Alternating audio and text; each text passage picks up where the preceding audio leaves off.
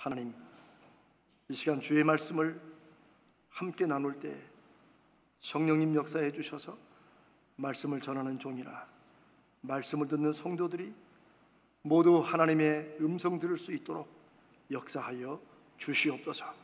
말씀에 순종하는 자들이 그 말씀의 열매를 위해 애쓸 때 한 말씀도 땅에 떨어지지 않도록 성령께서 주관하여 주시옵소서. 우리 주님 예수님의 이름으로 기도드립니다. 아멘. 자, 7, 8월에는 조금 새롭게 우리가 시청각 설교라고 해서 설교와 관련된 작은 물품들을 하나씩 선물로 드립니다. 오늘은 겨자씨를 선물로 드립니다. 이게 작을수록 만들기가 힘든 거 아시죠? 우리 김종진 목사님이 꼬박 3주가 걸렸어요. 이 겨자씨는 우리 교회 집사님이 이스라엘에서 가져왔다고 하면서 2년 전에 저에게 요만한 공진당 이 플라스틱 박스에 준 건데, 그게 몇 개나 될까 싶었는데 우리 교인들 250개, 300개를 만들었는데도 그대로 있어요. 아마 그게 한 2, 3천 개 될 것 같아요. 저도 아마 여러분도 겨자씨 보신 적 있으실 겁니다. 이스라엘에서 특별히 온 것도. 근데 이거보다는 다 컸어요. 근데 저는 이렇게 작은 겨자씨는 처음 봅니다. 저는 일주일 내내 이 겨자씨를 제 책상 앞에 두고 수시로 바라보았습니다. 근데 보고 또 봐도 제 마음에 두 가지 생각이 들었습니다. 첫 번째는 세상에 이렇게 작은 씨가 있나? 여러분 한번 보세요. 세상에 이렇게 작은 씨가 있나 하는 생각이 들었고, 또 하나는 그럴 때마다 내 믿음이 이만큼도 안 된다는 말인가 하는 게 자꾸 이 겨자씨를 볼 때마다 생각이 들었습니다. 오늘 이 겨자씨를 통해서 우리에게 주시는 주님의 말씀을 함께 듣고 우리 삶의 믿음의 열매가 새로워지기를 바랍니다. 자, 첫 번째는 이 겨자씨 말씀을 통해 저와 여러분의 믿음이 얼마나 작은지를 깨달아야 합니다. 이게 첫 번째입니다. 주님께서 20절에 너희에게 믿음이 겨자씨 한 알만큼만 있어도, 한번 보세요.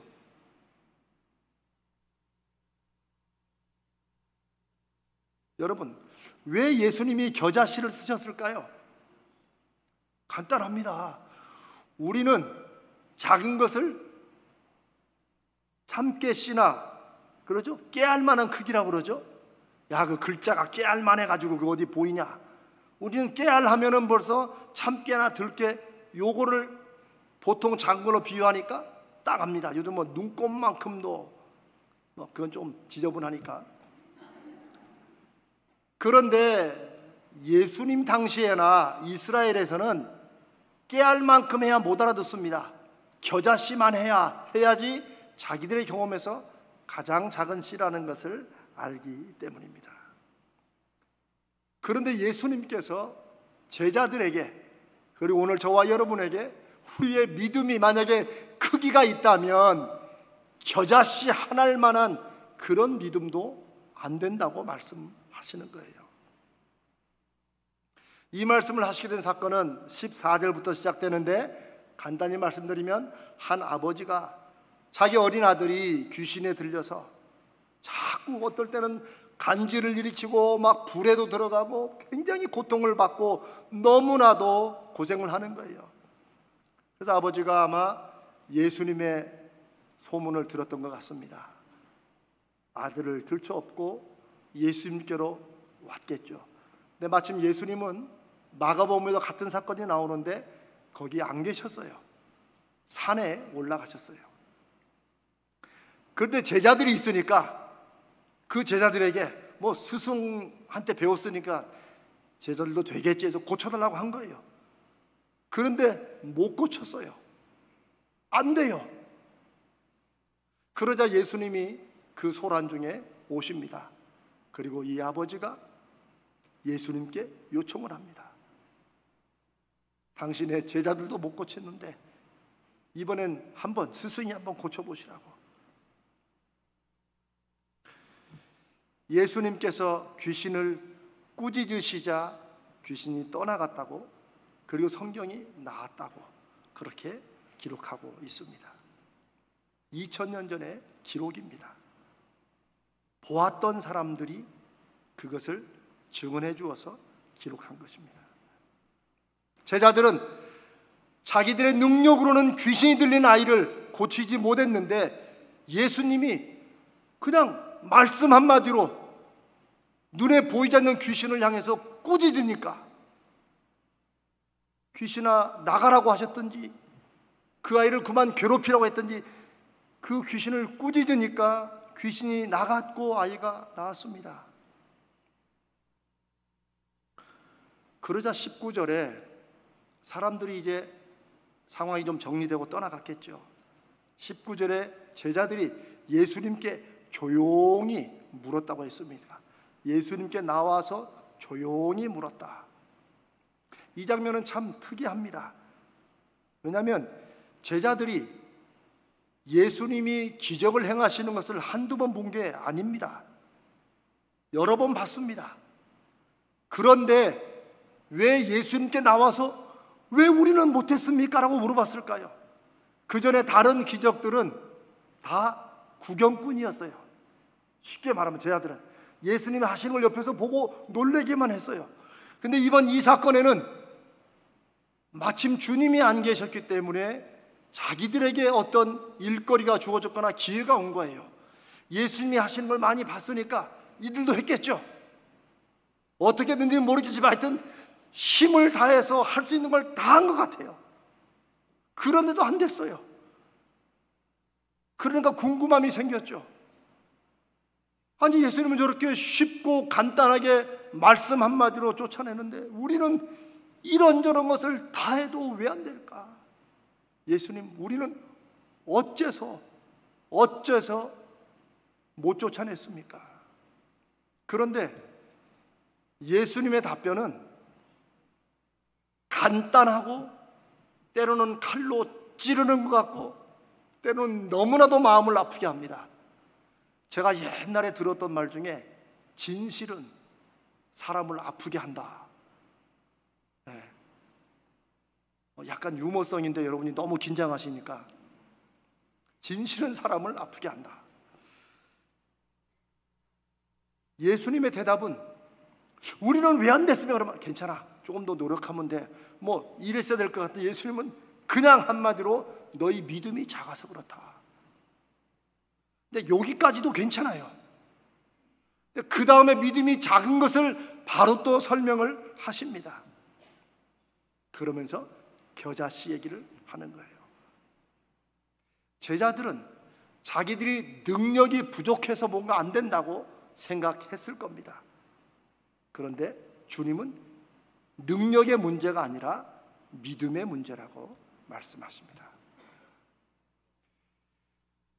현대를 살아갈수록 세상에서 강조되는 것은 능력입니다.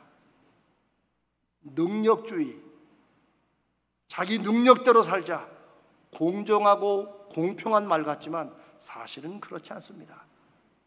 사람은 태어날 때도 능력의 차이가 있지만 환경적으로도 차이가 있습니다. 그런데 각자의 능력대로 먹고 살게 하는 게 공정한 사회라고요? 그렇지 않습니다. 태어나면서부터 혹은 환경이 너무나 어렵고 힘든 사람들에게는 그들이 갖지 못했던 기회들을 나중에 성인이 돼서라도 기회를 주어야 됩니다. 그게 진짜 공정한 사회입니다. 그런데도 세상은 능력이 있어야 된다고 말하는데 예수님은 능력의 문제가 아니라 믿음의 문제라고 말씀하십니다. 예수 믿는다는 것은 그 예수님의 말씀으로 이 세상 사는 방법과 철학과 기준을 바꾼다는 것입니다. 성경에서 세상이 말하는 것과 비상을 찾아내서 그 말씀으로 살아가는 것이 아니라 설령 세상과 정반대의 말을 할지라도 예수님이 하나님이시니까 그분의 하신 말씀이 이 세상에서도 역사하는 것을 확인해 보기 위해서라도 그 말씀대로 살아보는 게 예수 믿는 사람들이고 성도들입니다. 예수님은 세상을 사는 길도 능력이 아니라 믿음이라고 말씀하십니다. 그러고 보면 여러분, 믿음은 교회 내에서 성도들만 말하지 않습니다. 어떤 심리학자에 의하면 믿음은 이 사회를, 아니 어떤 세상이나 사람들의 관계 속에 보이지 않게 역사하는 힘이고 기초가 된다고 말합니다. 사실 그렇습니다. 사람은 다 믿음을 가지고 살아갑니다. 여러분 그렇죠? 돈이 왜 힘입니까? 사람들이 그 돈을 믿고 살기 때문입니다. 인간관계가 소위 백이 왜 힘입니까? 그걸 믿고 무언가를 추진하기도 하고, 남들은 안 된다고 하는데 자기가 믿는 백이 있으니까 그걸 한번 밀어붙여보는 거예요. 그리고 나서 이룹니다. 사람은 다 사람을 믿든지 돈을 믿든지 관계를 믿든지 자기 공부한 철학을 믿든지 사상을 다 믿어요. 우리는 무엇을 믿습니까? 우리는 누구를 믿습니까? 우리는 예수 그리스도를 믿습니다. 그분의 말씀이 이 세상에서 역사하고 일하는 그런 살아있는 생명임을 믿습니다. 우리는 그걸 믿는 거예요. 그런데 예수님은 믿음이 부족해서, 믿음이 작아서 그렇게 하지 못한다고 말씀하십니다. 그러면서 그 다음에 충격적으로 너희에게 믿음이 이 겨자씨 한 알만큼만 있어도 이 산을 명하여 여기서 저기로 옮겨라. 세상에 산을 말로 옮기는 사람이 어디 있어요? 귀신은 쫓아내도 그것도 대단한데 그것도 못하고 있는 제자들에게 이 산을 옮겨가라고 해도 산이 옮겨간다는 거예요. 어떤 믿음이 있으면 이 겨자씨 한 알만한, 한번 보세요. 더 슬금슬금 보세요. 이 정도 크기의 믿음만 있어도 산이 옮긴다고 말씀하십니다. 이 말씀은 참 제자들도 많이 눌렸을 거고, 저도 일주일 내내 목사가 이 겨자씨만도 못하다고 했으니까, 저는 사는 고사하고 나무 뿌리 하나 옮겨보지 못했으니까 이걸 보면서 이 목사가 겨자씨보다도 훨씬 더 작은 이런 믿음을 가지고 있으니 우리 성도들이 고생 많이 하겠다. 제가 회개를 많이 했습니다. 너희 믿음이 이 겨자씨 한 알만큼만 있어도 우리의 믿음이 얼마나 작은지, 믿음으로 산다고 하면서도 솔직하게 돌아보면 내가 정말 믿음으로 살고 있는지, 그걸 생각해 보면 예수님이 정확히 우리 마음을 보신 것 같아요. 우리는 믿는 것 같으면서도 안 믿고, 믿음으로 시작하는 것 같으면서 하다 보면 내 생각과 내 계획과 하나님은 저쪽에 두고 우리끼리 할 때가 많습니다. 그러니 딱 맞아요. 믿는 것 같으나 안 믿으면서 사는 그런 기막힌 재주를 우리는 갖고 사는 것 같습니다. 나는 정말 내 문제와 내가 하고자 하는 일이 그렇게 실제적이고 정말 진짜 일인 것처럼 믿음으로 사는 내가 정말 하나님을 믿고 그 주님의 약속을 믿고 내가 결정하고 실천하고 그렇게 행동하며 살아가는지, 때로는 내가 가진 주님에 대한 믿음 때문에 내 생각을, 내 계획을 바꿀 때가 있었는지 한번 너희 믿음이 이 겨자씨만큼만 있어도 라고 하는 주님의 말씀 앞에 우리는 우리의 믿음을 솔직하게 돌아보아야 합니다. 두 번째, 주님이 주시는 우리에게 겨자씨 교훈은 그럼에도 불구하고 믿음이 얼마나 큰 결과를 내는지를 우리가 깨달아야 됩니다. 주님의 그 다음 말씀 우리가 알잖아요. 이 산을 명하여 옮기라고 해도 산이 옮겨진다. 그 다음에는 아예 한마디로 너희가 못할 것이 없을 것이다. 겨자씨만한 믿음이 있어도. 이 두 번째 부분을 제가 묵상하면서 생각하는 것은 예수님이 완전히 우리의 마음을, 우리의 그나마도 약한 믿음을 완전히 포기하게 하시는 말씀인가? 저는 일주일 내내 그렇게 눌렸거든요. 그런데 설교를 정리해 가면서 저는 그게 아닐 거라는, 예수님이 어떤 분이신지를 알기 때문에 그게 아닐 거라는 그런 확신이 들었습니다. 오히려 주님은 믿음이 아무리 작아도, 사람들의 눈에 보이지 않을 것 같은 작은 믿음이라도 그 믿음은 산을 움직일 수 있는 능력의 잠재력을 가지고 있다는 말씀입니다. 우리가 이 말씀을 정말 믿으면 놀라야 됩니다.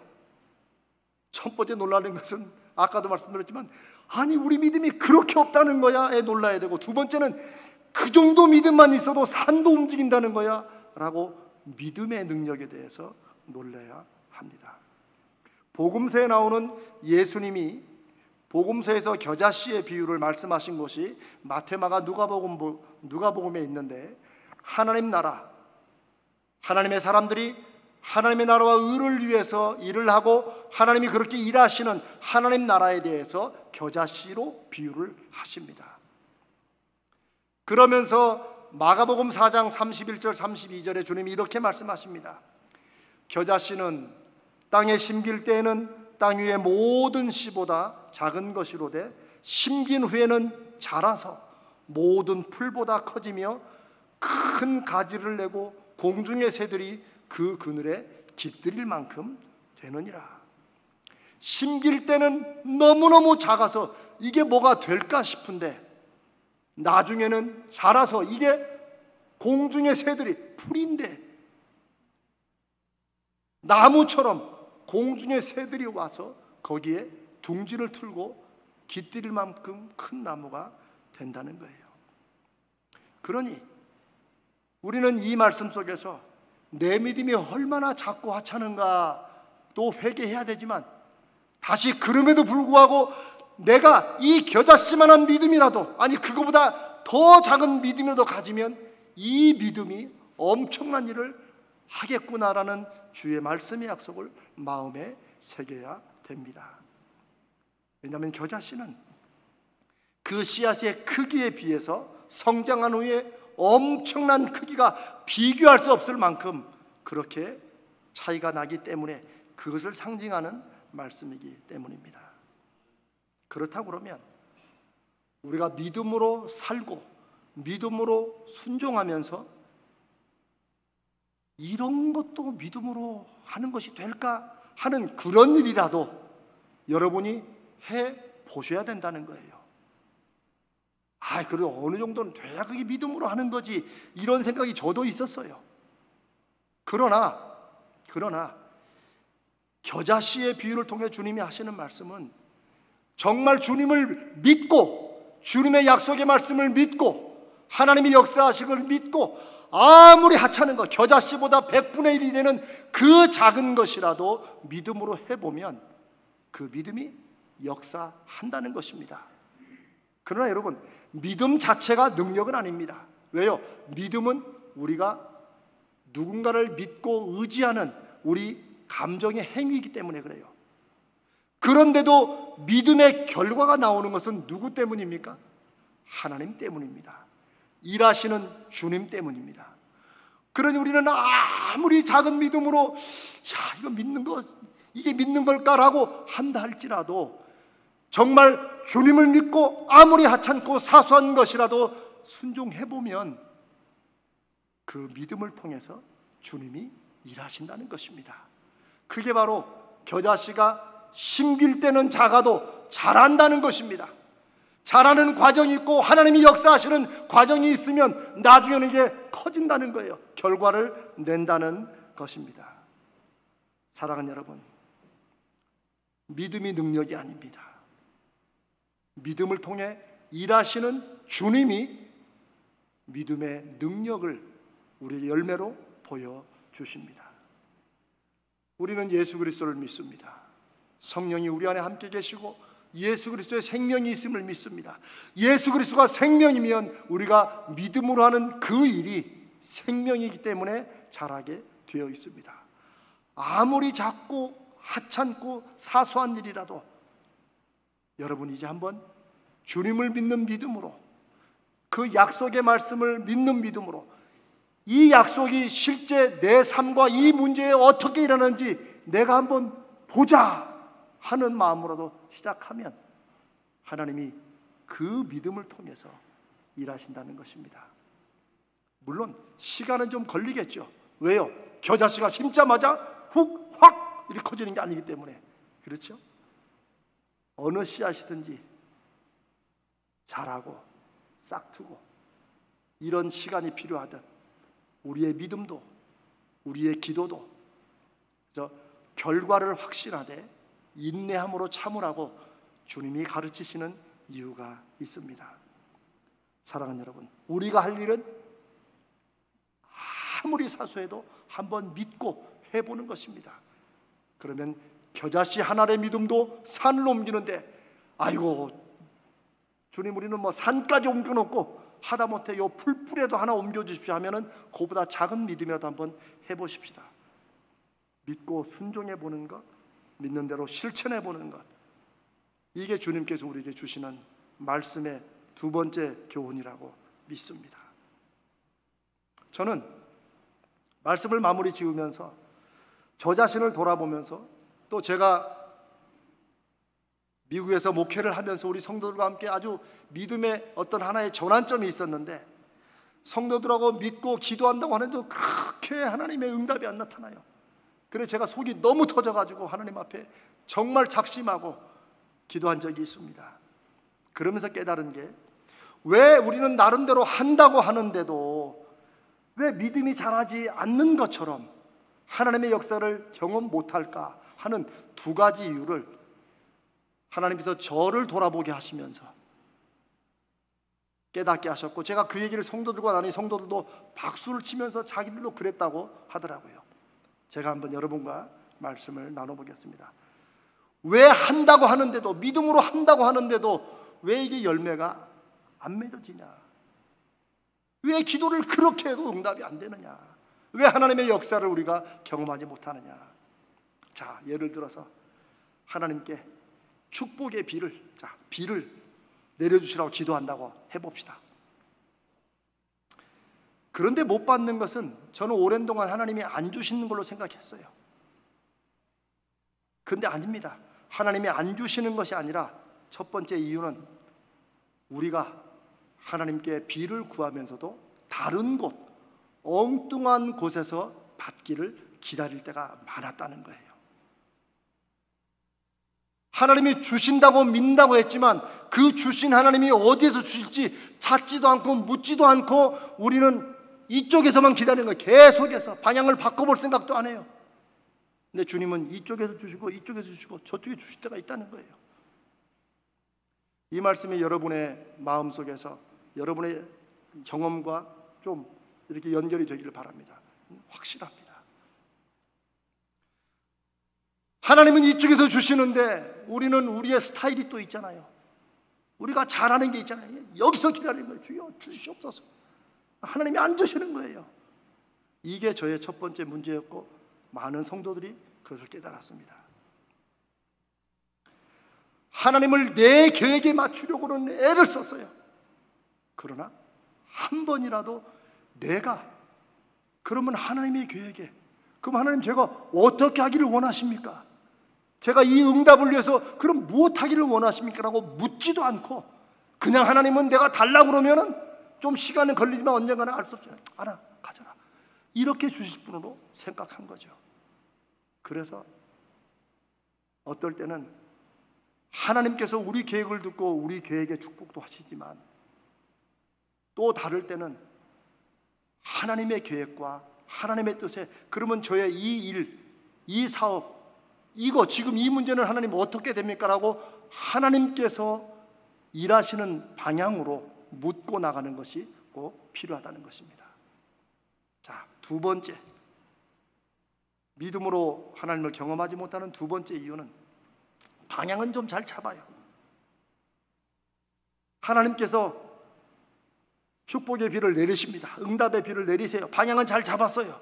그런데 제가 저를 돌아보니까 믿음의 그릇이라고, 인생의 그릇이라고 하나님 내리시는 비를 받을 준비는 돼 있다고 하는데, 준비한 그릇이 밑에는 커, 이렇게 엄청나. 그런데 입구가, 그 그릇 주둥이가 요만해. 바늘구멍이야. 제가 그랬다니까요. 욕심은 커, 근데 입구는 바늘구멍이야. 하나님께서 폭포수처럼 부어주시도 주여 믿습니다 해도 그놈의 바늘구멍에 빗방울이 하루 종일해야 몇 미리그램이나 들어가겠어요. 그러면서 제가 깨달은 게, 많은 경우에 우리는 내가 원하는 것을 내가 원하는 때에 내가 원하는 방식으로 하나님이 주셔야지만 응답인 거예요. 그러니 하나님도 그 구멍에다가 빗방울을 맞추시느라고 애쓰셨을 것 같아요. 하나님이 역사하지 않으셔서가 아닙니다. 하나님이 응답하지 않으셔서가 아닙니다. 우리는 믿으면서도 내 고집도 있고 내 스타일도 있고 내 뜻도 있고 내 스케줄이 다 있어요. 거기에 안 맞으면 하나님의 역사도 소용이 없는 것처럼 살아가는 게 우리 아닙니까? 하나님에 대해 헌신도 없고 하나님께 맞춰 나를 희생해 보는 것도 없고, 마치 하나님이 무슨 큰 아쉬움이 있는 것처럼 우리에게 원하는 대로 딱딱딱 주셔야지만 하나님을 경험하는 것으로 생각하는 우리의 믿음을, 우리의 생각의 방향을 바꿔야 될 줄로 믿습니다. 그렇게 한번 해보십시다. 너희의 믿음이 겨자씨만큼만 되어도 산도 옮긴다. 주님, 제가 무엇을 하든지 정말 주님을 믿는 믿음으로 하게 하시고 주님께 한번 묻고 나아가는, 우리와 함께 하시는 주님인데 우리는 다 우리가 해요. 그게 아니고 주님께 묻고 주님으로부터 듣고 거기 한번 맞춰보는 그런 믿음 생활이, 그래서 그런 믿음을 통해 역사하시는 하나님을 경험하시기를 주님의 이름으로 축복합니다. 우리가 얼마 전에 제가 이렇게 기막힌 말은 처음 들었다 하면서 나눈 말씀이 있죠. 복숭아 속에 씨가 몇 개인지는 모두가 알지만 그 씨 속에 몇 개의 복숭아가 들어있는지는 아무도 모른다. 가만히 보니까 이게 예수님 말씀이에요. 너희 믿음이 겨자씨만큼만 있어도 산을 움직인다. 저와 여러분이 아무리 작은 믿음이라도 내가 믿고 순종하고 실천하고 행할 때 그 작은 믿음을 통해 하나님이 어떤 역사를 하실지 우리가 기대하면서 이 여름에 적어도 이번 한 주간이라도 한번 순종해 봅시다. 한번 실천해 보고 여러분이 열매 맺으시고 우리 모두가 함께 열매 맺는 귀한 하나님의 교회, 하나님의 사람 되시기를 주님의 이름으로 축복합니다.